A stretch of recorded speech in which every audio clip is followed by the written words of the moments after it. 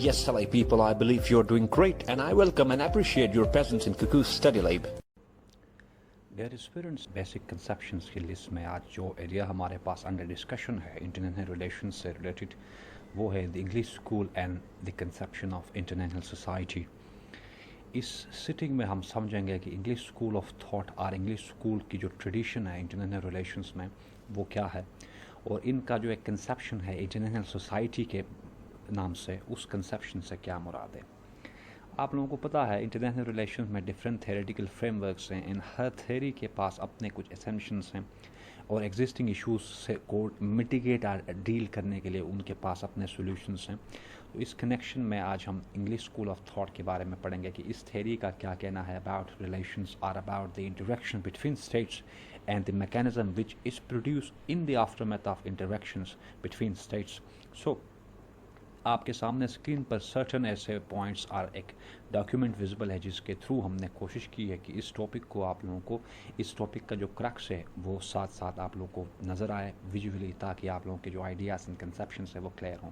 तो English school की heading में जो पॉइंट ए है उसमें जो सब पॉइंट है फर्स्ट उसको हम देख लेते हैं कि इस जो हमारे पास कंसेप्शन या ट्रेडिशन है या ये जो स्कूल ऑफ थॉट है इसकी ओरिजिन कब हुई और इनका बेसिक असम्पशंस या बेसिक इनका जो रेजन है वो क्या है।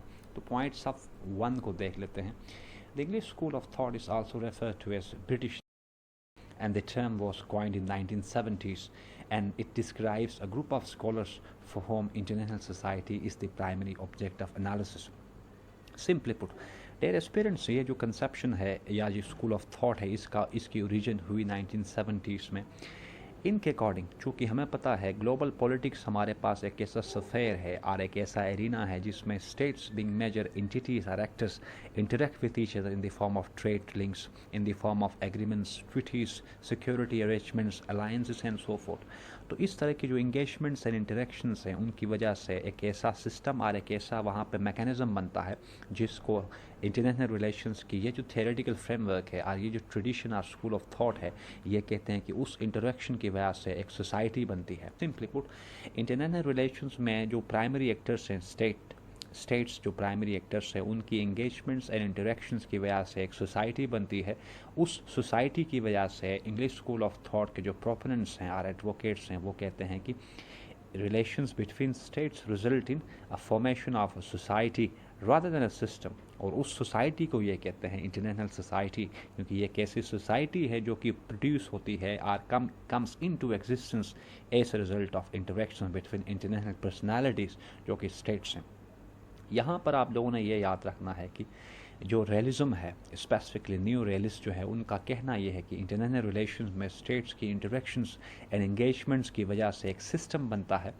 जबकि यहाँ पे जो अब जो टॉपिक अंडर कंसिडरेशन है उसमें हम देखते हैं या उसमें हम पढ़ते हैं कि interactions are resulting in the formation of a society जिसको इंटरनेशनल सोसाइटी कहा जाता है। तो यहाँ पे एक पॉइंट ऑफ डाइवर्जेंस आता है between English school of thought के जो प्रोपोनेंट्स हैं उनके बीच में और जो न्यू रियलिस्ट हैं, जो न्यू रियलिस्ट के जो थ्योरेटिकल जो हमारे पास फिगर्स हैं उनके बीच में जो एक डाइवर्जेंस आता है या जो डिफरेंस है between these two school of thoughts, वो ये है कि इंग्लिश स्कूल ऑफ थॉट के अकॉर्डिंग इंटरेक्शंस बिटवीन स्टेट्स की वजह से एक सोसाइटी बनती है या इंटरनेशनल सोसाइटी बनती है, जबकि न्यू रियलिस्ट के जो स्कॉलर्स हैं या थ्योरिस्ट हैं उनके अकॉर्डिंग उन इंटरेक्शंस की वजह से एक सिस्टम बनता है जिसको हम कहते हैं इंटरनेशनल सिस्टम, या एक उसको दूसरा एक टाइटल उसके लिए यूज़ होता है ग्लोबल ऑपरेटिंग सिस्टम।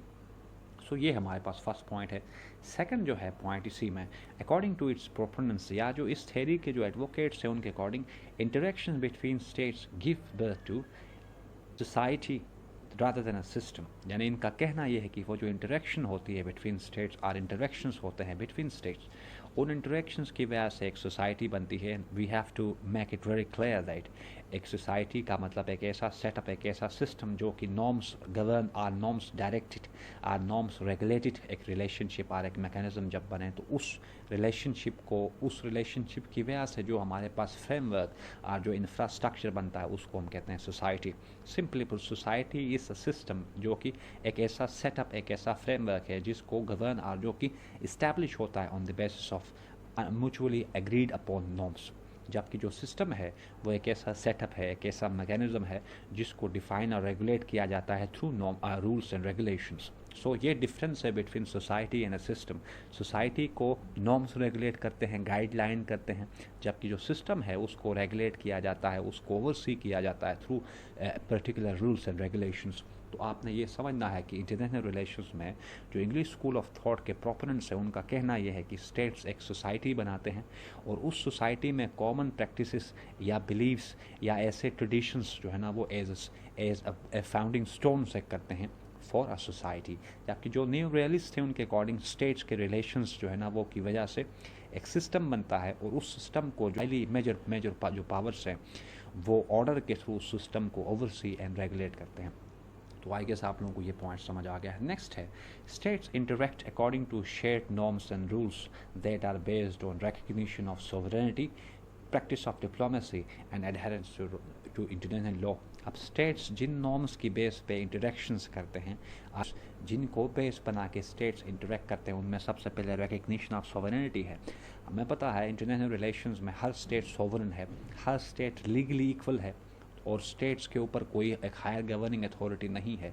सो स्टेट्स एक दूसरे की जो लीगैलिटी है, एक दूसरे की जो सॉवरेनिटी है उसको रिकग्नाइज एंड एक्नॉलेज करते हैं। एक ये नॉर्म है इंटरनेशनल रिलेशंस में।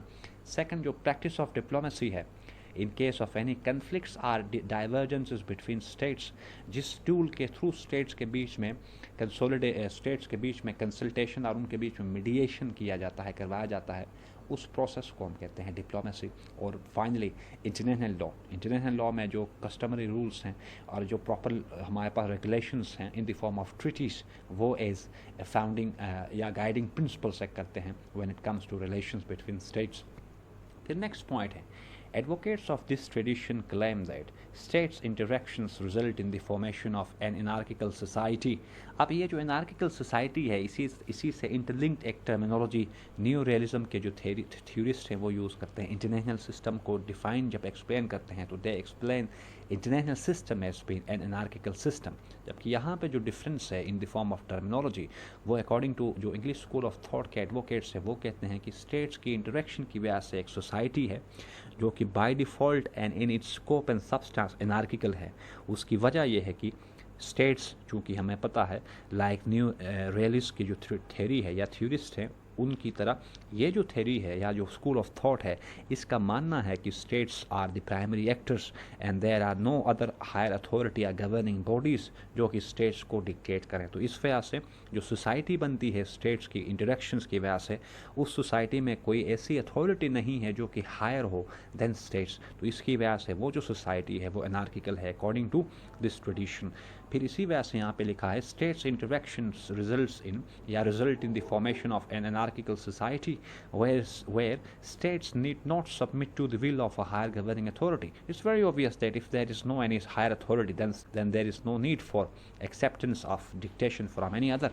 तो इस वजह से इस कंसेप्शन का ये जो थेरेटिकल फ्रेमवर्क है इसका मानना ये है कि सिस्टम जो सोसाइटी है वो अनार्किकल इन नेचर है, due in part to absence of a higher governing authority than state.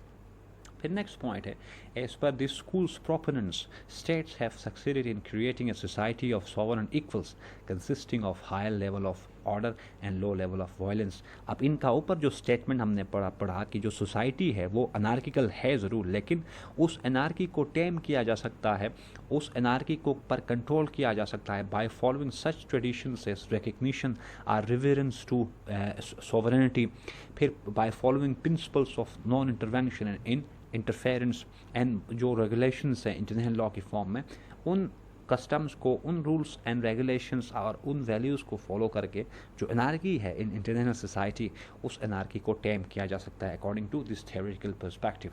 फिर आगे है since states are the ultimate authority, international system is anarchical one and violence is an endemic feature of international society. ज़ाहिरी बात है जो interacting higher personalities या international personalities है जिनको हम स्टेट्स कहते हैं वो अल्टीमेट सॉवरेंस हैं, तो उनके ऊपर कोई दूसरी बॉडी है नहीं। तो absence of any higher authority की वजह से ये जो सोसाइटी ऑफ स्टेट्स है या सोसाइटी ऑफ नेशंस है वो अनार्किकल है, जिसको इस थ्योरी या इस ट्रेडिशन के अकॉर्डिंग उसकी अनार्की को टेम किया जा सकता है बाय फॉलोइंग म्यूचुअली एग्रीड या widely practice and accepted norms. फिर नेक्स्ट है though there is a state of lawlessness in international society. अब इस स्कूल ऑफ थॉट ने इशू को डिटेक्ट किया कि yes there is anarchy, there is chaos and lawlessness situation in society, but that doesn't mean that we cannot control state of nature, जिसको Thomas Hobbes कहते हैं कि absence of higher governing authority की वजह से global politics और international society में एक स्टेट ऑफ नेचर, एक chaos and commotion like situation है, जिसको कर्टेल कैसे कर सकते हैं इस थ्योरी के अकॉर्डिंग या स्कूल ऑफ थॉट के according. Anarchy can still B tech through international law and morality, यानी फॉरेन पॉलिसी में मॉरल वैल्यूज एंड प्रिंसिपल्स को स्पेस प्रोवाइड करके इंटरनेशनल लॉ के रेगुलेशंस को फॉलो करते हुए स्टेट्स जो है ना वो जो ग्लोबल पॉलिटिक्स में या जो ग्लोबल पॉलिटिकल रेल्म है उसमें जो एनार्किकल सिचुएशन है या एक एनार्किकल एक स्ट्रक्चर है उस स्ट्रक्चर को वो कंट्रोल कर सकते हैं. फिर आगे इसी से कनेक्टेड जो इंटरनेशनल सोसाइटी है, अभी यहाँ तक जो कंसेप्शंस या पॉइंट्स थे वो बेसिक असम्पशंस हैं इंग्लिश स्कूल ऑफ थॉट के. इंग्लिश स्कूल ऑफ थॉट को वैसे हम एक और भी नाम इसके लिए यूज़ होता है, ब्रिटिश इंस्टीट्यूशनलिज्म भी इसके लिए एक टर्म यूज़ किया जाता है. सो आप ये इंग्लिश स्कूल ऑफ थॉट के अकॉर्डिंग इंटरनेशनल सोसाइटी क्या है, इसमें फर्स्ट पॉइंट देखें. ऑल्सो कॉल्ड, यानी international society is also called society of states or a society of sovereign equals. Obviously, yes, self-explanatory here. Second point, a society which comes into existence when a group of like-minded states conceive themselves to be bounded by a common set of rules or values in their relations with one another and share in the working of common institutions. अब institutions की definition आगे इसमें provide की जाएगी. Institutions से मुराद ऐसे frameworks हैं, ऐसे conceptions, ऐसे values, ऐसे ideational factors हैं जिनको states widely practice करते हैं, widely acknowledge करते हैं. उनको इस theoretical framework के जो proponents हैं वो कहते हैं कि they are institutions जो कि regulate करते हैं, जो कि guide करते हैं relations between states. So next point है international society is about the creation and maintenance of shared norms, rules and institutions. तो जो इंटरनेशनल सोसाइटी का जो रेजन डेट्रा है अकॉर्डिंग टू दिस कंसेप्शन वो इस टू क्या है, to maintain shared norms, rules and institutions. Finally एक जो इसके इस स्कूल ऑफ थॉट के जो एक प्रोमिनेंट फिगर हैं, जो एक नोटेबल कंट्रीब्यूटर हैं हेटलेबुल, वो अपनी एक बुक द एनार्किकल सोसाइटी में कहते हैं when states interact they form an international society and not an international system. ये जो पॉइंट है इसको यहाँ पे मेंशन करने का पर्पस आप लोगों को ये बताना है कि there is divergence between new realism and the theorist of English school of thought. दोनों में एक कन्वर्जेंस भी है, दोनों एक्सेप्ट करते हैं कि स्टेट्स जो है ना वो अथॉरिटी हायर अथॉरिटी हैं या स्टेट्स जो है ना वो प्राइमरी एक्टर्स हैं. और दूसरी बात वो ये मानते हैं कि ग्लोबल पॉलिटिक्स में एक एनार्किकल सिचुएशन या एक एनार्की है. लेकिन डिफरेंस जो आ जाता है वो वहाँ पे ये है कि उस इंटरेक्शन जो होती है बिटवीन इंटरेक्शंस होते हैं बिटवीन स्टेट्स, उस इंटरेक्शन या इंटरेक्शंस के नतीजे में एक सिस्टम बनता है अकॉर्डिंग टू रियलिज्म. जबकि जो इंग्लिश स्कूल ऑफ थॉट के जो प्रोपोनेंट्स हैं उनके अकॉर्डिंग उस इंटरेक्शन की वजह से एक सोसाइटी बनती है जो कि जिसको नॉर्म्स गवर्न एंड रेगुलेट करते हैं. आई गेस आप लोगों को इंग्लिश स्कूल ऑफ थॉट के जो बेसिक आइडियाज़ है या इस ट्रेडिशन के बारे में जो कंसेप्शंस है आप लोगों के हैं वो क्लियर हो गए होंगे. So this is all for today, people. If you got any confusion related to this topic, please let me know about your issues through your comments. I will address them in my next lecture. Thank you very much.